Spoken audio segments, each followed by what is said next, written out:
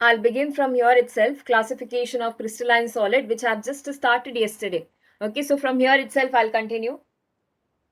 And based on the type of particles which are present in this particular solid, these are classified into four categories. Okay, that is molecular solid, then we have ionic solid, we have metallic solid, and the last one is covalent solid. Okay, so these are the four categories. We will look into each and every one by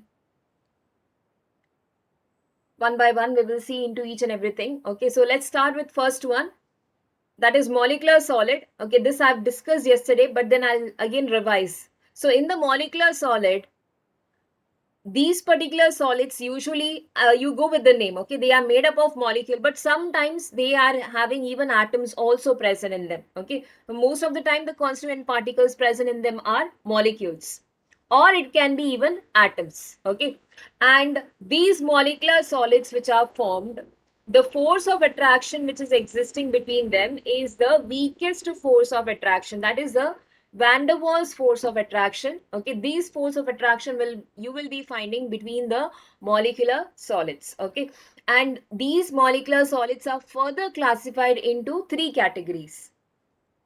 In that, the first one what we are having, that is non-polar molecular solid. Okay, the first category of molecular solid is non-polar. You know what are non-polar molecules? Non-polar are those molecules which doesn't have a charge separation in them.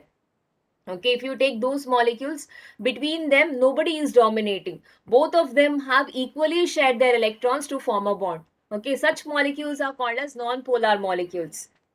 Example, you can take, I have given you hydrogen, then I said fluorine. Okay, here you see same kind of atoms are there. So here there is no charge separation as such.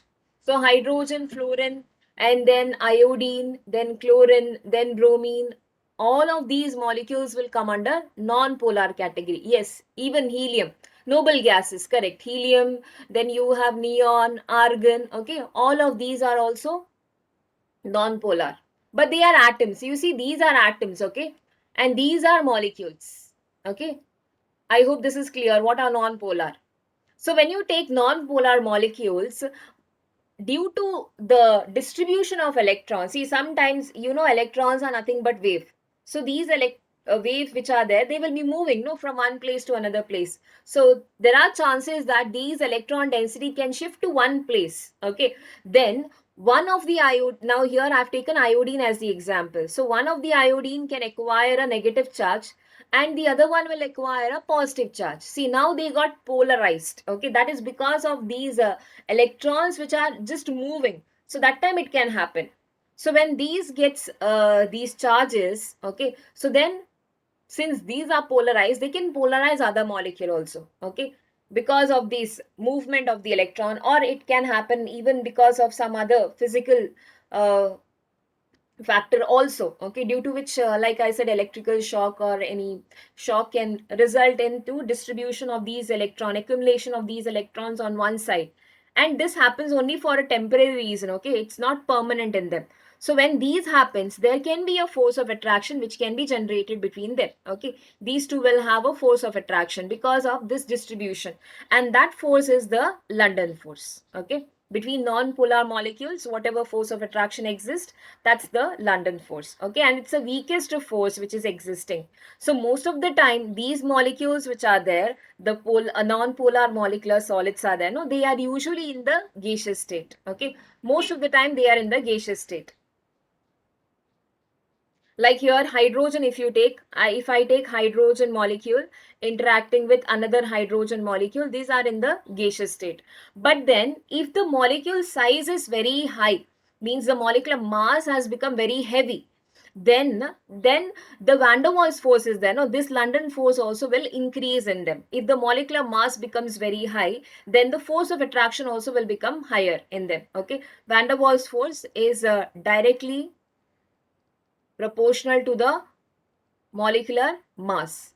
So if the mass becomes very higher, then van der Waals also will become very higher. So then when the force becomes very high, when you are having strong force of attraction, then the molecule is these molecules which are there will have strong force of attraction between them, due to which they will start changing their states of matter. So here iodine which is there, it comes down in the periodic table. First is fluorine, no? Then you are having chlorine, then you have bromine, and then at the end you have iodine. So that means iodine mass is very high. So due to that higher mass, force of attraction between them is also very higher. Okay, so when the force of attraction becomes higher, they exist in the solid state. So iodine is found in the solid state. This point you can remember. It's just uh, for you to just remember. They will not ask you in the exam as such like that. But you should know this. When the molecular mass increases, the van der Waals force of attraction increases. Yeah, London force is one kind of van der Waals force. Van der Waals force are further divided into London force. Then you have dipole-dipole interaction and dipole-induced dipole interaction. Okay. 3 categories are there. So in that, one is the London force. Okay. And this is the weakest among all of the London force. That is van der Waals force. Okay. Among the van der Waals force, the weakest one which is existing is London force. Okay. So I hope this is clear. Force of attraction between them is the weak London force, one kind of van der Waals force, and due to this they are soft to solid. Okay, because you are decreasing the temperature and then they will get converted into a solid state. Basically they are not solids. Okay, they are actually gases. So if you decrease now hydrogen, if you decrease this temperature to around minus 200 something, okay, exactly I'm not giving you the value because there are different values for each and every compound, but minus 200 degrees Celsius, if you are going to decrease them, they will get converted to a solid. Okay, so they will be soft in nature because the force of attraction is not that strong. Okay, and they are not a good conductor. They are non-conductors of electricity. So they have very low melting point also. See, if they are soft to solid, it's obvious that their melting point is not going to be very high. Okay, so they are going to have very low melting point, and if you keep them exposed outside, easily they will get converted to a liquid or immediately go into a gaseous state. Okay, I believe this is clear. One more example is even this solid carbon dioxide. Okay, even here these are non-polar molecule because if you remember the dipole moment between this and dipole moment on the other side, they cancel each other. So there is no charge separation as such.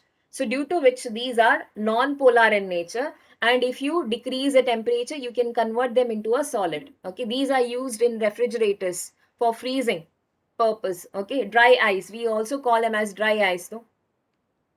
Solid carbon dioxide is also called as dry ice. So these, see, while seeing this only, you will understand that actually they are very soft in nature.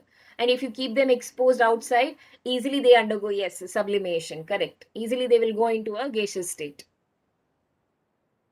Okay, I believe the first part is clear to everyone. Okay, let's move on then. So this was the first classification of molecular solid. Now we'll go for the second one. Second one is polar molecular solid. Okay, go with the name. Polar means what? There is charge separation. Okay, there is a positive and negative charge separation happening within the molecule. Okay, so example, I'm taking HCl here. HCl, you know, actually hydrogen has shared one electron, chlorine has shared one electron. Equally, both of them have contributed same number of electrons. Okay, to form this bond which is being formed over here is a covalent bond. Okay, this you have studied already. The bond which is formed is a covalent bond. But now, you know, chlorine being more electronegative in nature, okay, equal electrons are distributed here. Okay, same electrons are shared. So that means both of them should get same share. But here, chlorine being more electronegative, what they try to do, they try to take these two shared electrons towards themselves. Okay, so when they try to pull the electron towards themselves, you see that the chlorine acquires a partial negative charge and hydrogen is losing it to the chlorine. So hydrogen gets a partial positive charge. Okay. So here there is a charge separation. So this is a type of molecule where covalent bond is there, but then due to one atom being more electronegative, electron density shifted towards one atom. Okay. Such molecules are polar molecules. Okay. Which is usually formed due to heteroatoms. Okay, so like this, if you take another molecule also, they will also have a charge separation between them. Okay, one will be positively charged and the other one will be negatively charged, due to which there will be interaction now. Okay, because one is negative and one is positive, so there will be a interaction. This type of interaction is called as dipole-dipole interaction. Okay, why dipole? Because two poles are generated, no? One positive and one negative. Okay, and here also one positive and the other one is negative. So due to which there will be interaction. Okay, so that interaction is called as dipole-dipole interaction. Now these polar molecular solids which are there, example one I gave you, solid HCl. Okay, they should be in the solid form because we are talking about solids here. So again, these basically are gases, but then if you reduce the temperature, you can convert them into a solid form. Okay, then again solid sulfur dioxide, these are polar covalent solids. Okay, and the force of attraction between them is dipole-dipole interaction. These are also existing either in the liquid or in the gaseous state at room temperature. If you want to get them in the solid state, you have to lower the temperature, only then they will come in the solid state. Okay, and again they are soft also because low temperature, you have decreased the temperature, you are forcing them to get converted into a solid, so these will be soft solid and they don't conduct electricity. For them to conduct electricity, you should have electrons, and there is only a molecules which are present. Okay, so it's obvious they will not conduct electricity. Okay, and their melting point, if you're talking about melting point, this will be higher than compared to the first one. Okay, the first one which you have studied, that is non-polar molecular solid, because there the force of attraction was London force. In non-polar it was London force. Now here the attraction is little higher. Okay, it's dipole-dipole, no? Dipole-dipole interaction is existing here. So dipole-dipole interaction is little stronger force of attraction than compared to London force. Yes, correct. This force is little stronger. Dipole-dipole interaction is stronger than compared to London force. So when the bond becomes stronger and stronger, when the force of attraction is stronger, it's obvious that their melting point, okay, boiling point, everything will become higher. Clear about these? That is about polar molecular solid, which we discussed now. Second category. Now the third one, let's move on to the third one. The third category is hydrogen bonded molecular solid. That means the bonding which is existing over here is hydrogen bonding. Do you remember what is hydrogen bonding and where does it take place? What are the elements which will give rise to hydrogen bonding?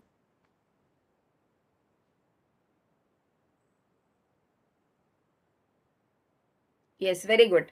Hydrogen with FON. Yes, good. Hydrogen with the most electronegative atom, that is fluorine, oxygen and nitrogen. Okay, FON, you can remember, FON are the electronegative element. When binded with hydrogen, it gives rise to hydrogen bonding. Okay, so example here I am taking water. Okay, because you know water has oxygen and they are linked with two hydrogen atom. So there is a charge separation over here. Because oxygen is more electronegative, they acquire a partial negative charge. Hydrogen gets a partial positive charge. So due to which another water molecule, if I take, same thing happens. Okay, so this hydrogen being positive can interact with this negative oxygen. Okay, so there is an interaction and this bonding is called as hydrogen bonding. Even ammonia molecules you can take, ammonia NH3, okay, where hydrogen is linked with the 3. Here nitrogen is linked with the hydrogen.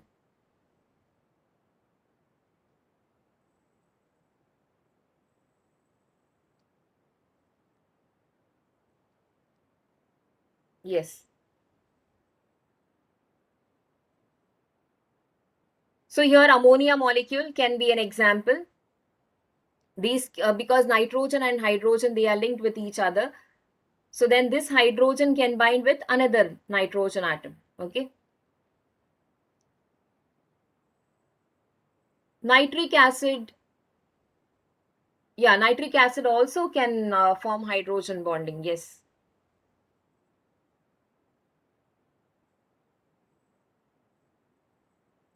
Possible between them. Okay. So here water and water molecules are having hydrogen bonding. between them. Now these kind of solids which are there, you know, water gets freezes at what temperature? Around 0 degrees Celsius. Okay, they get converted to a solid, that is ice, around 0 degrees Celsius. So this temperature is actually a little better. Okay, it's a higher temperature than compared to the other two. So these will have a little higher temperature, that boiling point and melting point will be little higher for these, because hydrogen bonding is a stronger bonding, and in the room temperature also these exist in the liquid state. Okay, you know, water exists in the liquid state because of hydrogen bonding between them. So these force of attraction is hydrogen bonding, and even these are not very good conductors of heat and electricity, not good conductors, and usually they are liquids, or some of them are there who are soft solid, okay, at room temperature and pressure.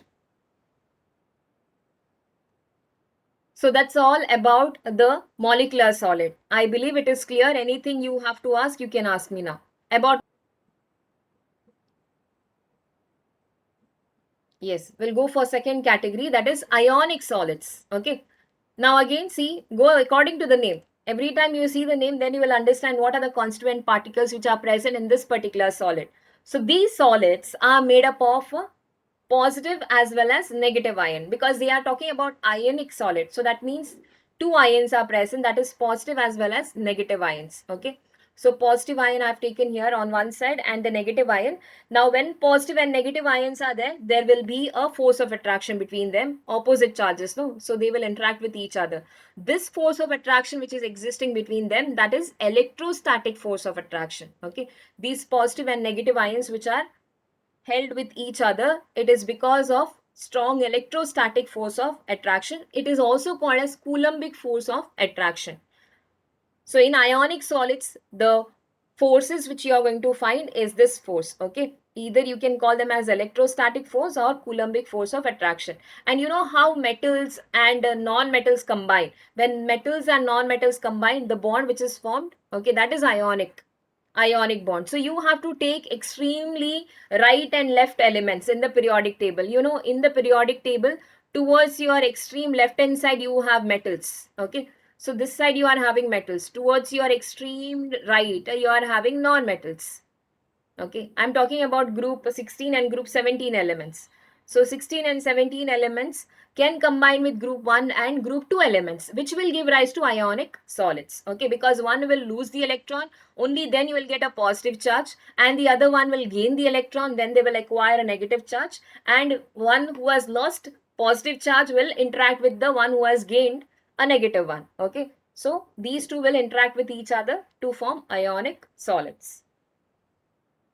And this force of attraction is quite stronger. So you will find an example like sodium chloride, even potassium chloride, cesium chloride. Okay, these are the salts which are there. No, that can be an example. So you can take metal from group 1 and group 2, or you can take the non-metals from group 16 or 17. So whatever salts are being formed over there, that will come under ionic solid. No, HCl will not come under this. See, HCl is formed by sharing of electron. It should be donation of electron. This here, in this case, sodium has lost, sodium has given, so it is in Na plus form. Chlorine has taken, it is in Cl minus form. Then they form ionic bond. One has lost and one has gained. In HCl, what has happened? This is a covalent bond. HCl has shared one electron and chlorine also has shared one electron. So this comes under covalent bond. Okay. In molecular solids, between those molecules, no, see, within them, inside them, the bonding which is there, that's a covalent bond. But outside, whatever bond they are formed, based on that we have discussed molecular solids. Clear? Now here what has happened is, these compounds which are formed, they are formed because of donation of electron. One has lost and one has gained the electron. Okay, that's how they give rise to a three-dimensional lattice structure. See, a big lattice structure is formed of these salts. Like you can see NaCl here, this positive ones, you can see the gray color ones, they are sodium atoms, and these green ones are chlorine atoms, okay, which combine together to form these kind of structure. Yes, copper sulfate is also a salt. It's ionic itself. It will come under ionic.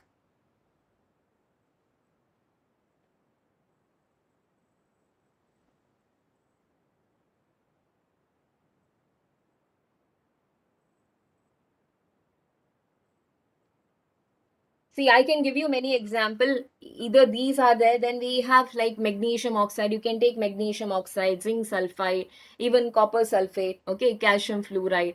These are different example, okay. Few more example which I've listed. All of these will come under ionic solid itself because one is metal and the other ones are non-metal. So these will be held here. Cations and anions will be held by strong electrostatic force of attraction, giving you this kind of structure. Okay, three-dimensional lattice structure will be formed in this ionic solid. Okay, now moving on with few more properties. Here, this picture which I have given. Okay, this ionic solid, it is for NaCl. Okay, so this is how the structure is. If you have seen this rock salts are there, no, a table salt.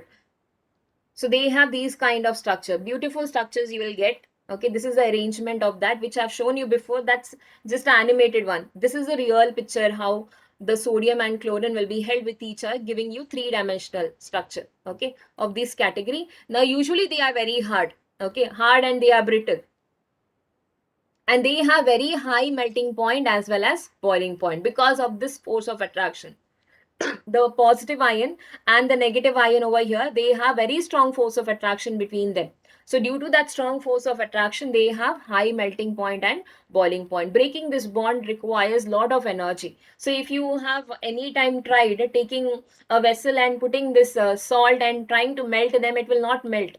At a particular temperature, it will not melt. Around 801 degrees Celsius are required for this, okay, for sodium chloride to melt. So you have to supply lot of energy for them to melt down, okay, in the form of a liquid.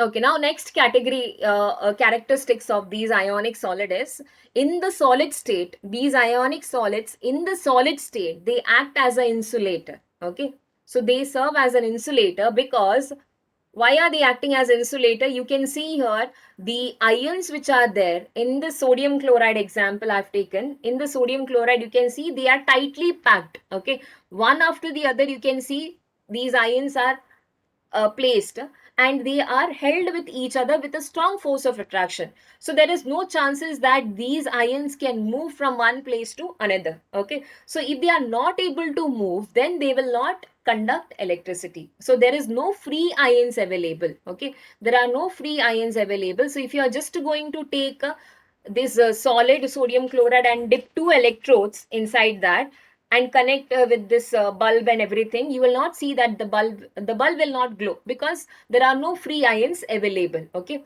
so due to lack of free ions, they don't conduct electricity, so they act as insulator. Okay, so I hope this part is clear. This can be asked as a give reason why that solid sodium chloride does not conduct electricity, because there is no free ions available. Everything is tightly held with each other due to strong electrostatic force of attraction.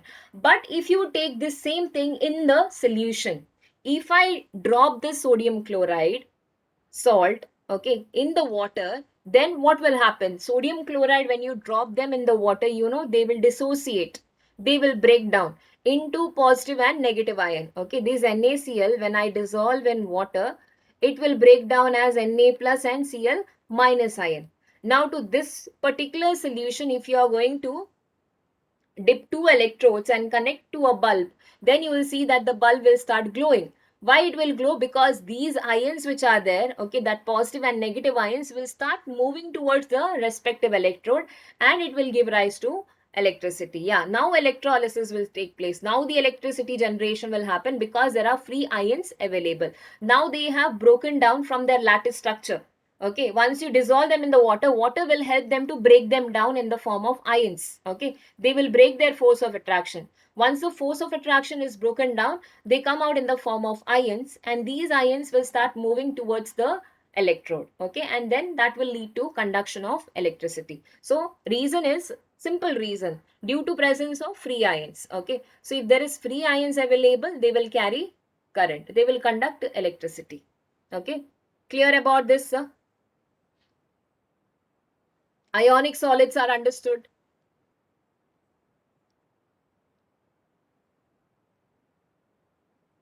Yes, let's continue then.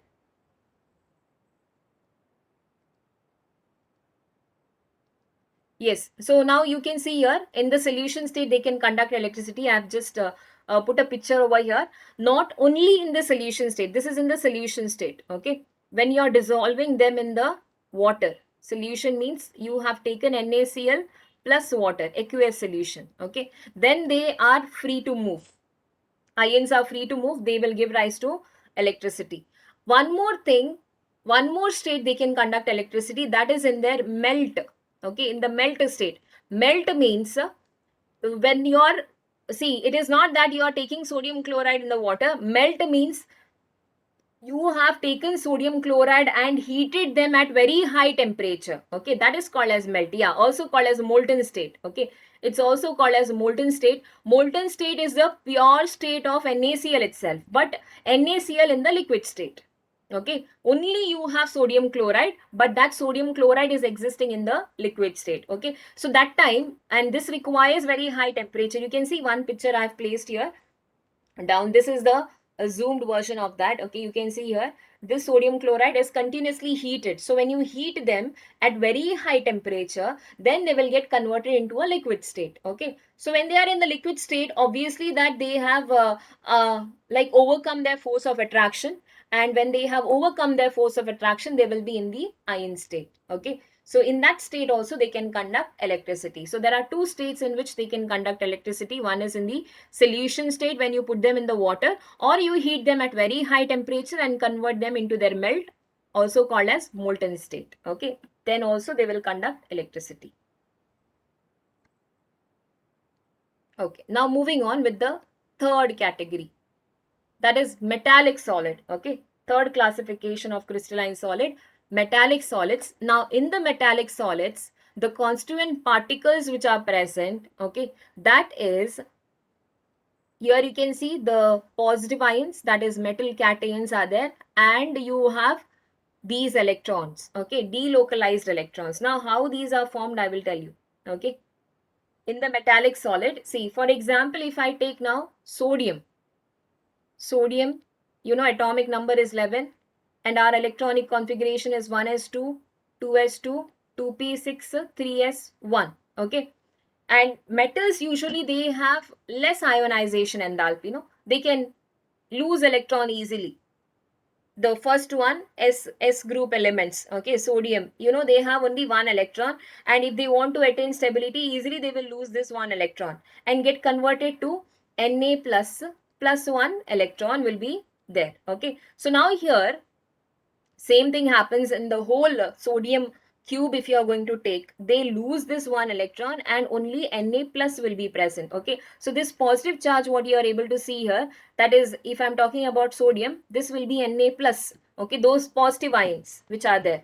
And these blue ones you can see here, the blue dots ones, they are nothing but the electron, okay? Those are the electrons of the sodium which has been like, they can lose them easily because of low ionization enthalpy. All the metals are like that, okay? Whatever electrons are present outside, okay, the valence electrons are there, they will be like this, okay? You can see they are outside, and the ones which are intact together, the one who are inside, they will be present over here, okay, along with that positive, interacted with that, because they require higher energy. So only if you apply higher energy, they can be lost, otherwise they are not lost. Only the outside one, they are lost easily because of low ionization enthalpy, okay? So these electrons which are there, these electrons will be held to this positive charge, okay? They will be interacted by many of these positive charges. So this is what happens in the metallic solid. You have sea of electrons plus you are having positive charge also, okay? That positive charge I said, it is because of this, and this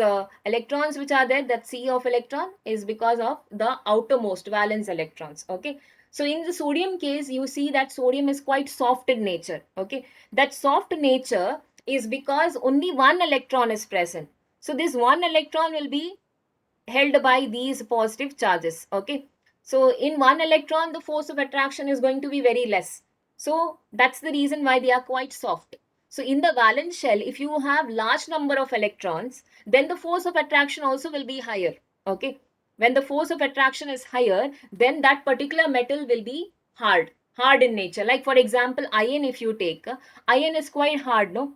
That hardness is because in their outermost shell, valence shell has lot of electrons. So when you have more number of electrons, more will be the force of attraction. And you know, when more is the force of attraction, obviously that state of matter also will change. Okay. So I hope it's clear. Sodium is soft in nature. Even potassium is soft in nature. That's because again, potassium also has one electrons in their outermost shell. So this only one electron will be held by the positive charge. This positive charge has one more name. It is also called as kernels. Okay, and these electrons, they are continuously moving, so we also call them as sea of delocalized electron, because they are just moving outside. Okay, you can imagine this as a stone. The positive ones are just like a stone. Okay, they don't move. Only these electrons which are outside, present outside, they keep moving. Okay, so we call them as sea of delocalized electron. That's how the metal exists. Okay, metal look like. Okay, and the bonding which is there between them, that's called as metallic bonding. Yeah, due to this nature, they conduct electricity, because when you connect them to a external supply, these electrons will start moving, no, from one place to another place. Due to this movement of electrons, they are able to conduct electricity. Okay, clear what is metallic solid and how metallic solids have a bonding between them. Okay, so metallic solids, I said, example, I've taken sodium here. Sodium, you can see here 11 is the atomic number, so they have only one electrons in their outermost shell. So metals, usually their tendency is to lose electrons, so they lose electron easily, and these electrons will be present outside, and the sodium with the remaining thing, the positive, the nucleus plus the remaining electrons will be held up over here. Okay, so these electrons will be continuously moving. We call them as sea of delocalized electron, and the positive ones are called as kernels. So these will have an interaction. This positive and negative electrons, whatever interaction they are having, and the bond formed is called as metallic bond between them. Okay, so these electrons are quite mobile, and they are continuously spread throughout the solid. Okay, so that is about metallic. Then few more points. They have high melting point and boiling point. This depends, melting point depends, okay, on the number of electrons. I told you for sodium case, they are quite soft in nature, because they have only one electron present in their outermost shell. So force of attraction between this one electron and the positive kernel will be little less. But if you talk about iron, you talk about nickel, all these elements are quite hard in nature, because the valence electrons are quite higher. So when you have large number of electrons, the force of attraction also will be larger, so they will be hard in nature.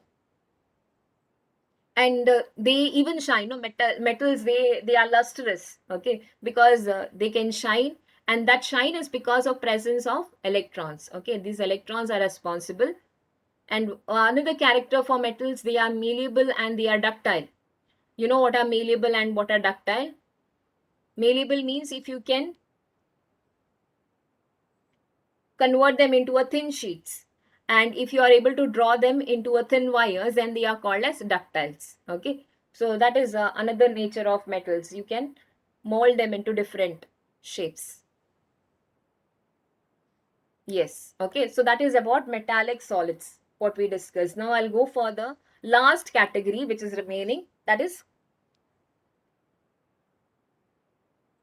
okay, one more point. One more point to tell you, that they conduct electricity. This I've told there itself. Okay, they conduct electricity because of presence of that mobile electrons, which can move from one place to another place. Okay, now let's go for the last one, covalent solids. Okay, now see, covalent solids are where each and every atom over here, no, they are held by a covalent bond. Okay, you can see here the structure which I have placed. So here the constituent particles which are there, they are atoms. Okay, the constituent particles which are there, they are atoms, and each and every atoms are held by a covalent bond. See here, if I am taking carbon as an example, this will be carbon, these are carbon, these are carbon over here, all of these are carbon. Okay, so they will be held by covalent bond, and they give rise to such a big structure. You can see here, it results in network of covalent bond, and a giant structure will be formed. Okay, they will come under covalent solid. So remember, don't get confused between molecular and covalent solid. See, in the molecular solid, the molecules are having covalent bond here, but one molecule and the another molecule, if I am taking, they have a van der Waals force of attraction. But here what is happening is each and every atoms which are there, they are held by a covalent bond. Okay, like here each and every carbon atom is held by a covalent bond, which give rise to either two-dimensional or three-dimensional structure. Okay, so here example can be diamond, graphite. We have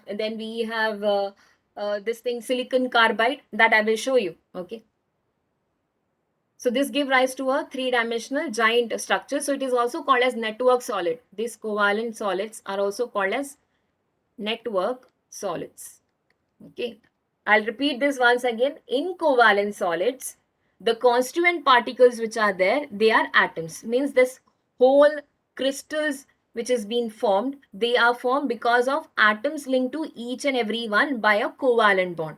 So these covalent bond will link with, like these atoms will link with each other by a covalent bond, forming a three-dimensional network-like structure. A big molecule will be formed, okay, due to this. So usually it is like carbon. You know, carbon has a catenation tendency. It can link with another carbon atom to form a large molecule. That's because of their tetravalency. Okay, so carbon is one such example. Silicon is one such example.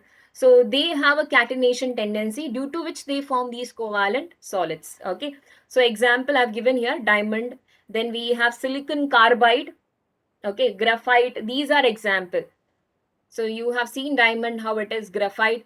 Do you know what is silicon carbide? Any idea what is silicon carbide? Actually, we have this, most of them will be having in their houses.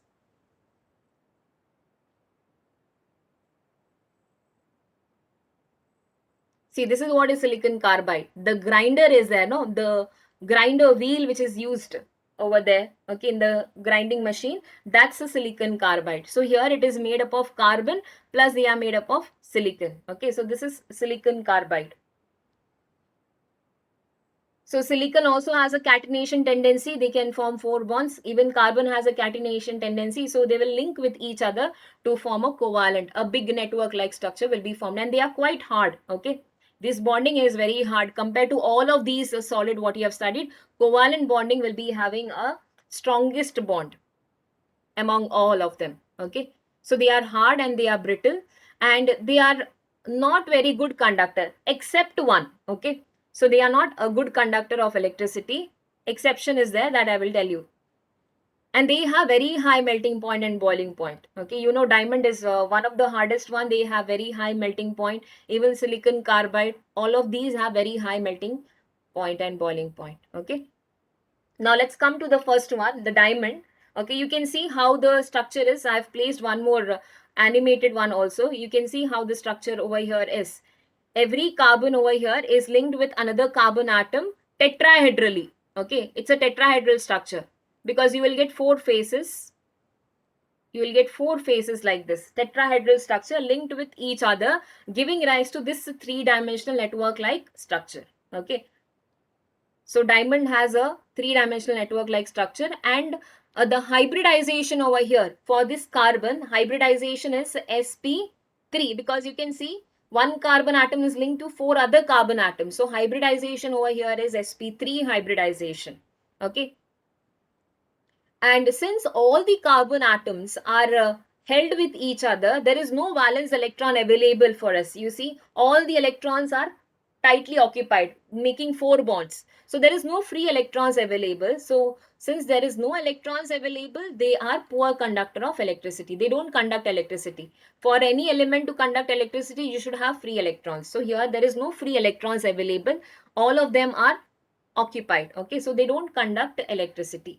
Whereas if you take the other one, that is graphite. Okay, graphite also comes under covalent solids. Okay, because you can see here carbon atom which is there, they are linked with each other by a covalent bond and they give you network. Okay, especially here the speciality of these covalent solids are they form network like giant molecules. So they will be placed under this. So here this carbon atom which are there, if you talk about this, hybridization here is because they are linked only with 3 atoms. And you know if one atom is linked only with 3 atoms, the hybridization is sp2. Correct, no? If 4 atoms are there, it is sp3. If there are only 3 atoms, it is sp2. 2. So here hybridization is sp2. So that means there is one more electron. In the carbon, there is one more electron which is still remaining. So that electron will be present over here between the layer. Okay.